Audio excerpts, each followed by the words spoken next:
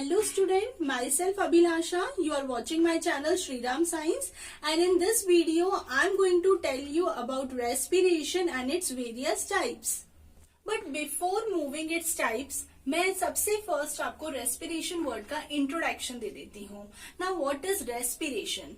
Respiration basically एक oxidative process होता है. जो फूड हम लेते हैं वो हमारे अंदर ग्लूकोज की फॉर्म में कन्वर्ट होता है.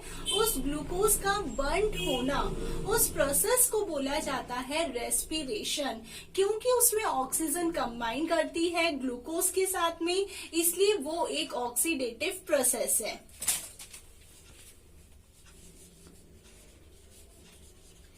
इन रेस्पिरेशन व्हाट हैपन, जो फूड हमने लिया वो फूड हमारे अंदर ग्लूकोज की फॉर्म में कन्वर्ट होता है. Means C6H12O6 glucose. हम इसे शुगर और कार्बोहाइड्रेट भी यूज कर सकते हैं. वर्ड कार्बोहाइड्रेट इसलिए क्योंकि उसमें कार्बन है, हाइड्रोजन है, ऑक्सीजन है.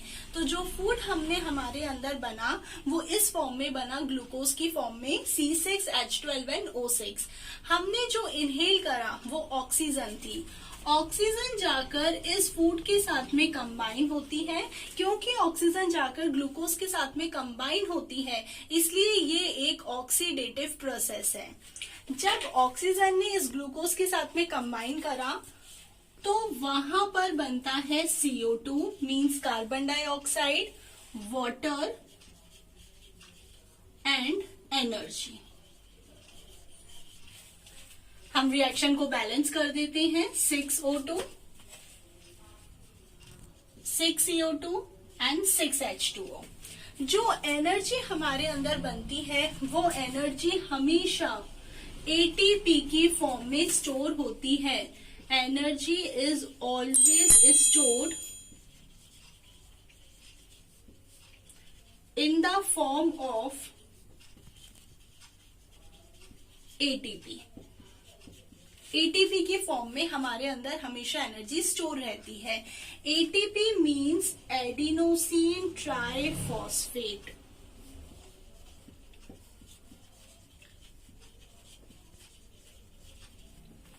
जिसको कि हम एनर्जी करेंसी और टेम्पररी स्टोरेज ऑफ एनर्जी भी बोल सकते हैं.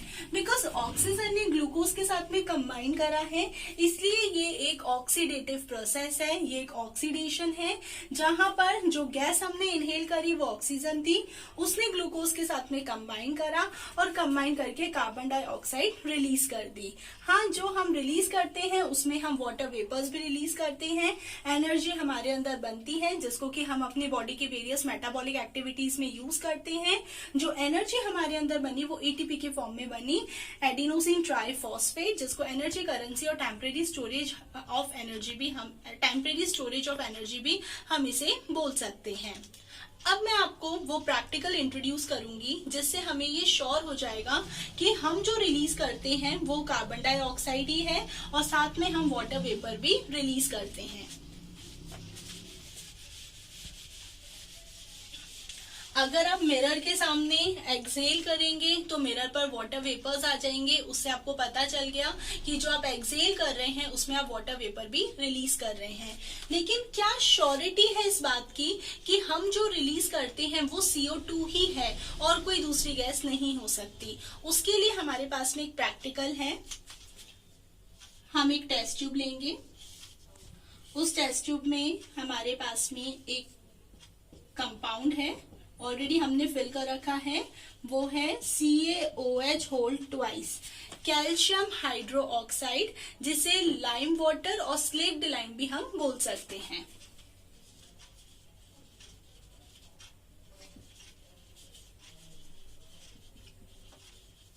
Calcium hydroxide, slaked lime और लाइम वाटर, जो भी आप बोलना चाहें वो आप इसे लिख सकते हैं. मैंने इस वाली टेस्ट ट्यूब में कैल्शियम हाइड्रोक्साइड ले रखा है. ऊपर हमने यहाँ पर एक रबर कॉक लगाया. दिस इज रबर कॉक. इस टेस्ट ट्यूब में जहां हमने कैल्शियम हाइड्रोक्साइड फिल कर रखा है, एक बैंड ट्यूब लगा दी और उस बैंड ट्यूब में से जब हम एक्सेल करेंगे, जब हम एयर ब्लो करेंगे, तो हम ये देखते हैं कुछ टाइम बाद उस टेस्ट ट्यूब के अंदर कुछ मिल्की वाइट प्रेसिपिटेट और पीपीटी वहां पर अपीयर होंगे। मिल्की वाइट पीपीटी वहां पर बन जाएगा। पीपीटी का मतलब होता है प्रेसिपिटेट। कोई भी इनसॉल्युबल मास ऑफ सब्सटेंस को हम बोलते हैं पीपीटी और प्रेसिपिटेट। क्यों यहाँ पर मिल्की वाइट पीपीटी बना? ऐसी क्या रिएक्शन यहाँ पर हुई कि यहाँ पर ये मिल्की वाइट कलर अपीयर हो गया? वो रिएक्शन आपके पास में थी कि जब हमने टेस्ट ट्यूब में कैल्शियम हाइड्रोक्साइड फिल कर रखा था और हमने वहां से एयर ब्लो करी। हमें नहीं पता वो कौन सी गैस है, मैं यहाँ पर एक्स गैस उसको कंसीडर कर लेती हूँ। और कुछ टाइम बाद वहां पर मिल्की वाइट कलर अपीयर हुआ। तो वो जो मिल्की वाइट कलर वहां पर अपीयर हुआ है, वो मिल्की वाइट कलर अपीयर हुआ है कैल्शियम कार्बोनेट के बनने की वजह से। This is calcium carbonate CaCO3, जिसको कि हम लोग लाइमस्टोन भी बोल सकते हैं। ये कैल्शियम कार्बोनेट है और इस कैल्शियम कार्बोनेट को एक दूसरा नाम मैं और लिख रही हूं, वो है लाइमस्टोन। कैल्शियम कार्बोनेट से मार्बल बनते हैं। एक्शेल जो होता है उसके वहां पर भी यही कैल्शियम कार्बोनेट प्रेजेंट रहता है। Then it is very obvious कि टेस्ट ट्यूब में कैल्शियम हाइड्रोक्साइड था, मतलब स्लेट लाइम और लाइम वाटर था। मिल्की वाइट पीपीटी आया, जब उसमें से एयर ब्लो करी, मींस वहां पर कैल्शियम कार्बोनेट बना। कैल्शियम कार्बोनेट और ये जो कैल्शियम हाइड्रोक्साइड से बना है, तो यहाँ पर कौन सी गैस होगी? यहाँ पर वेरी ऑब्वियस जो गैस रिलीज हुई है वो है कार्बन डाइऑक्साइड CO2, क्योंकि ये रिएक्शन तभी पॉसिबल है अगर ये कैल्शियम कार्बोनेट का बनाना है तो कैल्शियम हाइड्रोक्साइड और CO2 को रिएक्ट करना पड़ेगा। वहां पर एक बाय प्रोडक्ट में वाटर भी बन सकता है। तो हम अपने रेस्पिरेशन के इस प्रोसेस से श्योर हो गए कि जो गैस हम रिलीज करते हैं वो कार्बन डाइऑक्साइड होती है। और मिरर के सामने अगर आप एक्सेल करेंगे और क्योंकि मिरर पर वाटर वेपर अपीयर हो जाएंगे, इससे ये भी श्योर हो जाता है कि हम अपने रेस्पिरेशन में वाटर भी रिलीज करते हैं। एनर्जी जो हम रिलीज करते हैं हमारी वेरियस मेटाबॉलिक एक्टिविटीज में भी काम में आती है एटीपीज की फॉर्म में। तो ये एक बेसिक इंट्रोडक्शन हो गया अबाउट रेस्पिरेशन। अब हम आगे डिस्कस करेंगे उसके टाइप्स, रेस्पिरेशन के टाइप्स। अब हमारे पास में है respiration and its types. Respiration basically 2 type का होता है, एक होता है एरोबिक रेस्पिरेशन और एक होता है एनारोबिक रेस्पिरेशन। फर्स्ट हम पढ़ रहे हैं aerobic respiration. Students, aerobic respiration वो रेस्पिरेशन है जो ऑक्सीजन की प्रेजेंस में ही होता है और ये रेस्पिरेशन हमारी बॉडी के अंदर होता है, हमारी बॉडी की सेल्स के अंदर होता है, इसलिए इसको बोला जाता है सेल्यूलर रेस्पिरेशन। ऑक्सीजन की प्रेजेंस में होगा, मोस्ट इंपॉर्टेंट थिंग। ये रेस्पिरेशन कैसे होगा? जहां पर glucose C6H12O6, glucose sugar carbohydrate, oxygen के साथ में कंबाइन करेंगे और ऑक्सीजन के साथ में कंबाइन कर ये एक इंटरमीडिएट प्रोडक्ट बनाएंगे जिसका नाम होगा पायरुविक एसिड। हम उसे पायरुवेट भी बोल सकते हैं।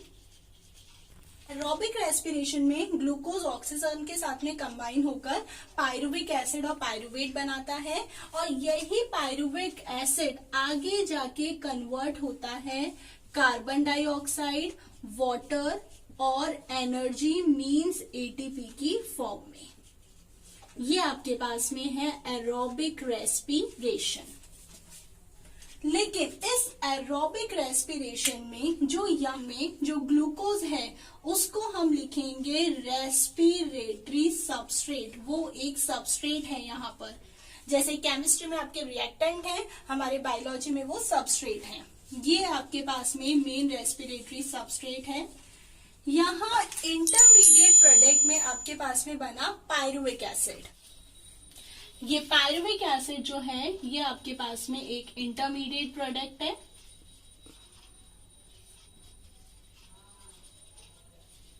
और उससे जो कार्बन डाइऑक्साइड, वाटर और एटीपी बने हैं इनको हम मानेंगे फाइनल प्रोडक्ट।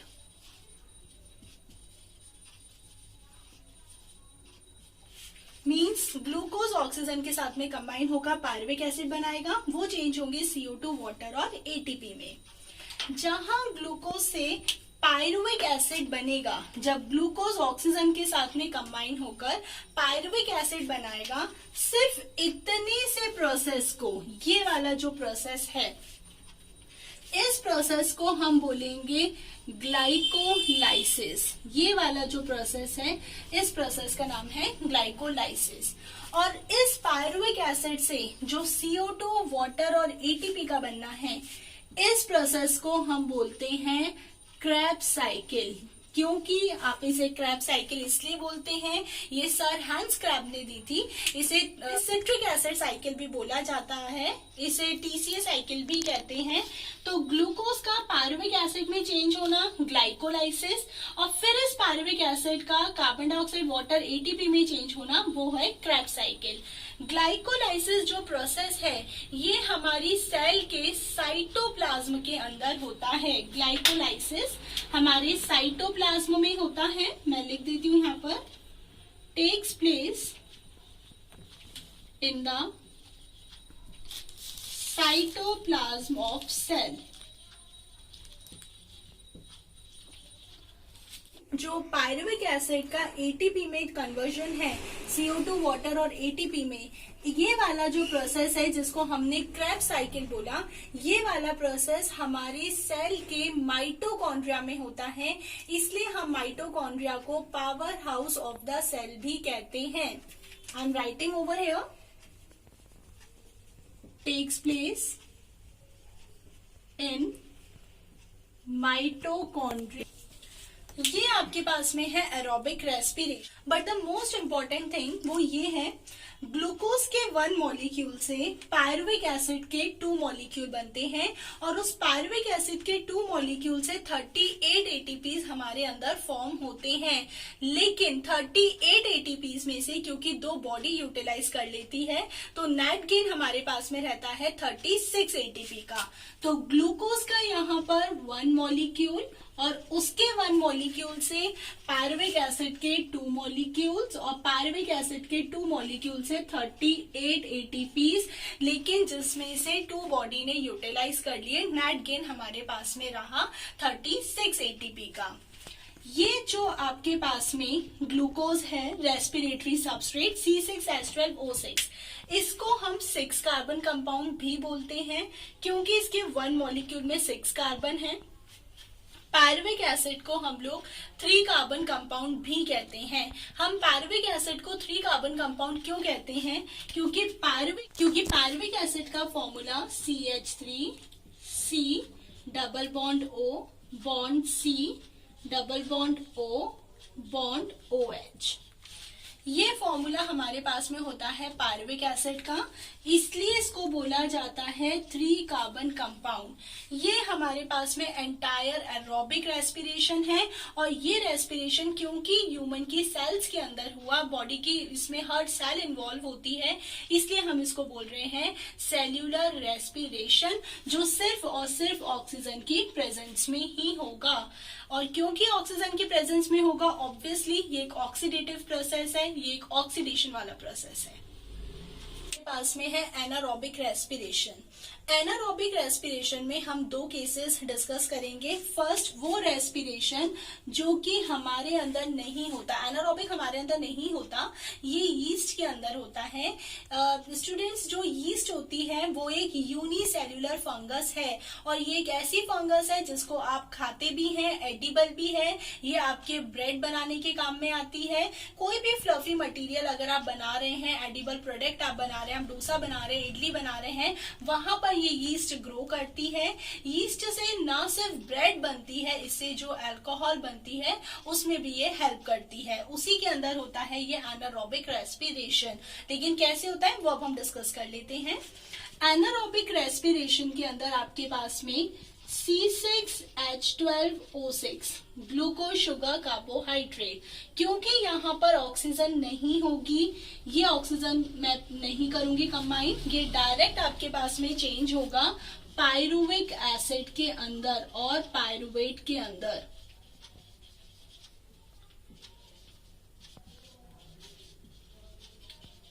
और ये पायरुविक एसिड और जो पायरुवेट इस ग्लूकोज से बना है, ये आगे जाके आपके पास में चेंज होगा C2H5OH। C2H5OH ये आपके पास में इथेनॉल है। इथेनॉल भी बोल सकते हो आप, इसको एथाइल अल्कोहल भी बोल सकते हैं। नॉर्मली जो ह्यूमन कंजप्शन में यूज में आती है वो यही अल्कोहल होती है।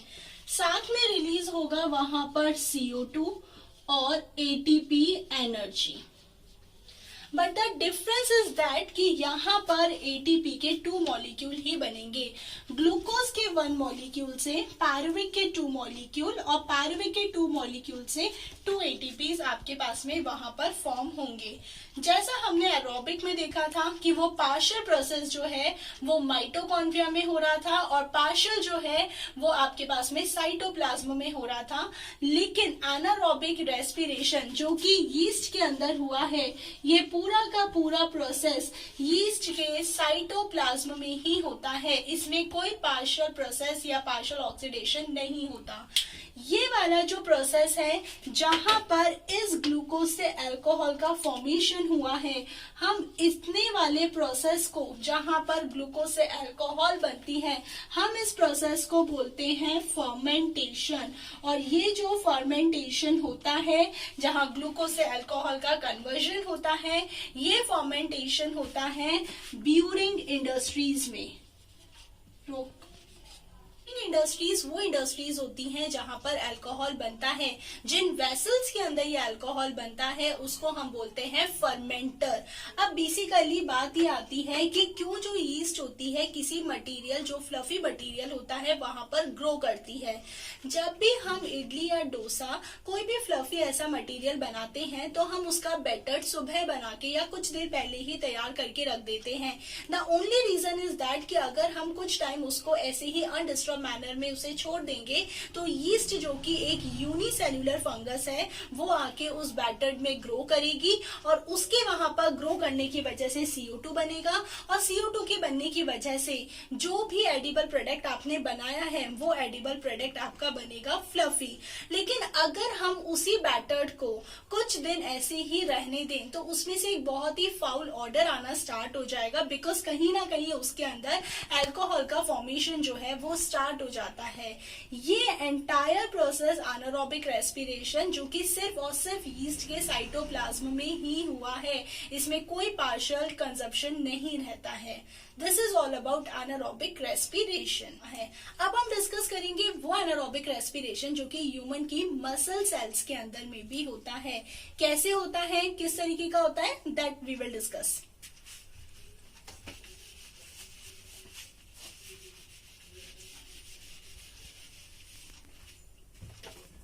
जो एनारोबिक रेस्पिरेशन है वो हमारी मसल सेल्स के अंदर होता है। जब भी हम कोई विग्रस फिजिकल एक्सरसाइज करते हैं, किसी बहुत ही फिजिकल वर्क में एंगेज होते हैं, सपोज हम रनिंग कोई एक्टिविटी ऐसी कर रहे हैं, तो वहां पर हमारे अंदर ऑक्सीजन की डेफिशिएंसी हो जाती है।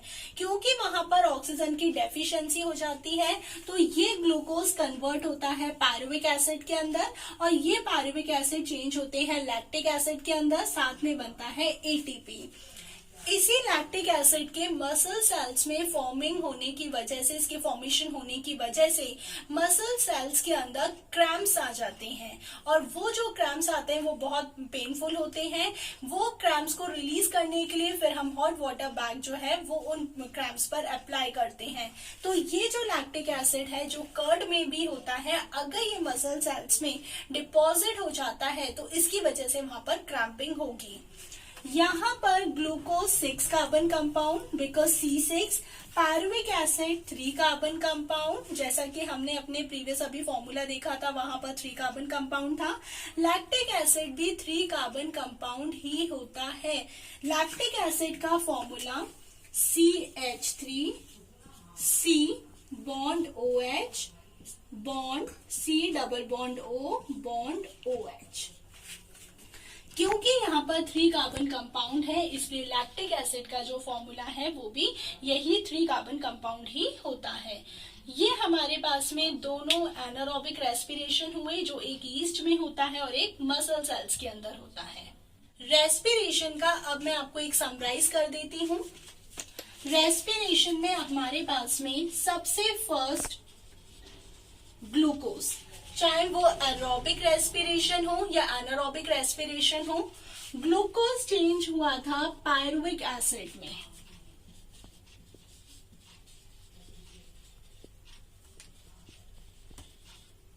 जिसको हमने पायरुवेट बोला था, 3 कार्बन कंपाउंड था। अगर यहाँ पर ये पायरुविक एसिड अगर एरोबिक रेस्पिरेशन होता था तो ये पायरुविक एसिड जो एरोबिक रेस्पिरेशन जो कि हमारी सेल्स के अंदर हुआ था, इन सेल्स, ह्यूमन सेल्स, वहां पर CO2, H2O और एनर्जी ATPs फॉर्म कर रहा था अगर ये ह्यूमन सेल्स के अंदर होता है तब।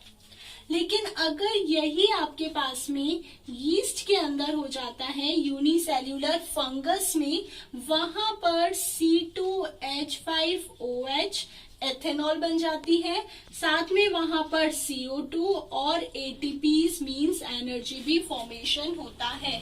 थर्ड, अगर आपके पास में ये मसल सेल्स के अंदर होता है, वो भी तब जब हम कोई विग्रस फिजिकल एक्सरसाइज करते हैं मसल सेल्स में, वहां पर आपके पास में बनता है लैक्टिक एसिड और एनर्जी। तो ये हमारे पास में समराइज हो गया कि ग्लूकोज पायरुविक एसिड में तो चेंज हो गई। अगर ह्यूमन है तो CO2, water and ATP, yeast है तो इथेनॉल, CO2 एंड ATP, और मसल्स है तो लैक्टिक एसिड एंड एनर्जी। अब हम आगे डिस्कस करेंगे क्या डिफरेंस होता है एरोबिक और अनारोबिक रेस्पिरेशन में। अब हमारे पास में जो लास्ट टॉपिक है वो है एरोबिक और अनारोबिक रेस्पिरेशन। एरोबिक और अनारोबिक रेस्पिरेशन में जो डिफरेंस है वो फर्स्ट है, एरोबिक रेस्पिरेशन ऑक्सीजन की प्रेजेंस में होता है जबकि एनारोबिक रेस्पिरेशन ऑक्सीजन की एब्सेंस में होता है। एरोबिक रेस्पिरेशन में जो रेस्पिरेटरी सबस्ट्रेट है मींस ग्लूकोज, कार्बोहाइड्रेट, शुगर, वो कंप्लीटली ब्रेक डाउन हो जाता है जबकि एनारोबिक के अंदर वो इनकम्प्लीटली ब्रेक डाउन होता है। एरोबिक रेस्पिरेशन में जो एंड प्रोडक्ट है, जो लास्ट के प्रोडक्ट है, वो कार्बन डाइऑक्साइड और वाटर है, जबकि एनारोबिक रेस्पिरेशन के अंदर ethanol, carbon dioxide and lactic acid जो मसल सेल्स के अंदर फॉर्म हुआ था वो इसके लास्ट प्रोडक्ट है। एरोबिक रेस्पिरेशन पार्शियली साइटोप्लाज्म में होता है, पार्शियली माइटोकॉन्ड्रिया में, जबकि एनारोबिक रेस्पिरेशन कंप्लीटली सेल के साइटोप्लाज्म में होता है, in the cytoplasm of sales.